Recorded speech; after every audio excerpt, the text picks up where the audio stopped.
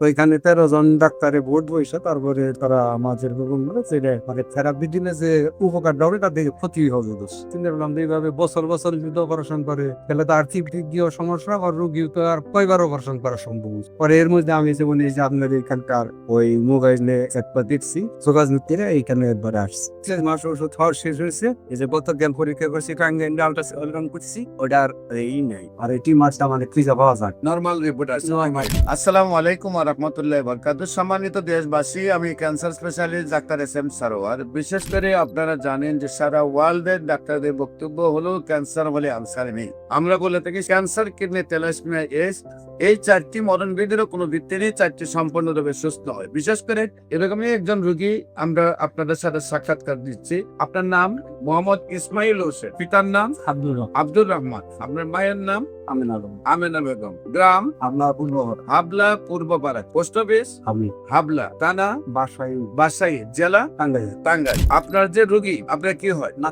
নাতিন। আপনার নাতিনের কি হয়েছিল? আমার নাতিনের সর্বপ্রথম 1.5 বছর আগে মানে জ্বর আসে আর কি। জ্বর আসে চিকিৎসা করলাম গ্রামের ডাক্তারতে, 9.5 টাঙ্গাইল টাউনের হাসপাতালে ক্লিনিকের ডাক্তার যে 8-10 জন ডাক্তার দিয়ে 8-10টা ক্লিনিকে মানে জ্বরের চিকিৎসা মানে জ্বর আসে, আপনার জ্বর কোনোভাবে যায় না।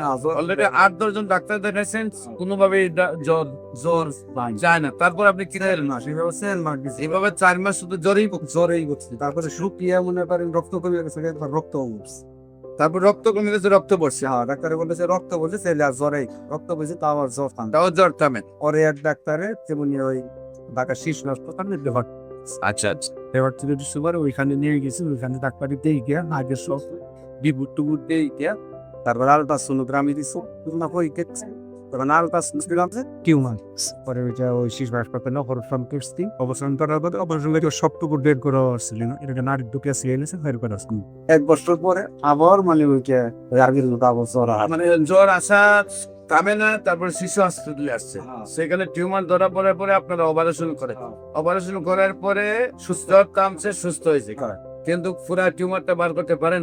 আবার 1 বছর পরে আবার জ্বর আবার তারপরে আবার শিশু হসপিটাল আসছেন। হ্যাঁ, আচ্ছা, আসার পরে আবার ওইখানে ওই যে আলট্রাসোনোগ্রাম করছে মানে আবার বাড়তেছে, আবার দেখা যায় টিউমারটা আছে।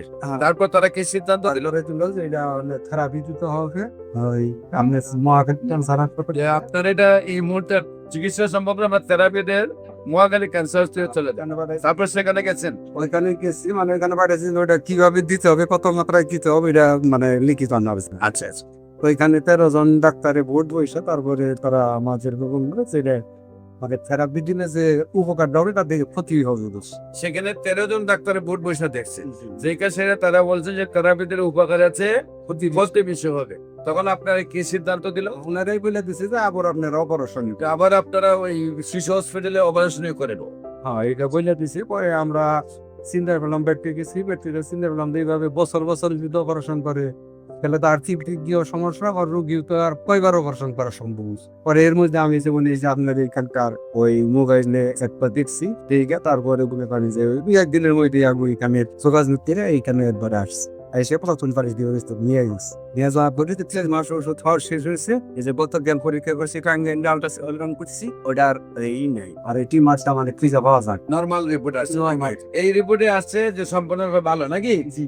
আর এর আগে রিপোর্টে ধরা পড়ছে যে আছে, যে এখানে সম্পূর্ণ রিপোর্ট আমাদের সামনে রয়েছে। সম্মানিত দেশবাসী, বিশেষ করে ওনার 1 বছর আগে একবার টিউমারটা হয়েছে, সেটা অপারেশন করতে হচ্ছে। আবার 1 বছর পরে টিউমারটা হয়েছে, তখন ডাক্তাররা বলছেন যে অপারেশন হবে না, কেমন লাগবে। তারপর 13 জনের ডাক্তার বুট বসে বলছেন যে কেমন হবে না, তাকে অপারেশন করতে হবে।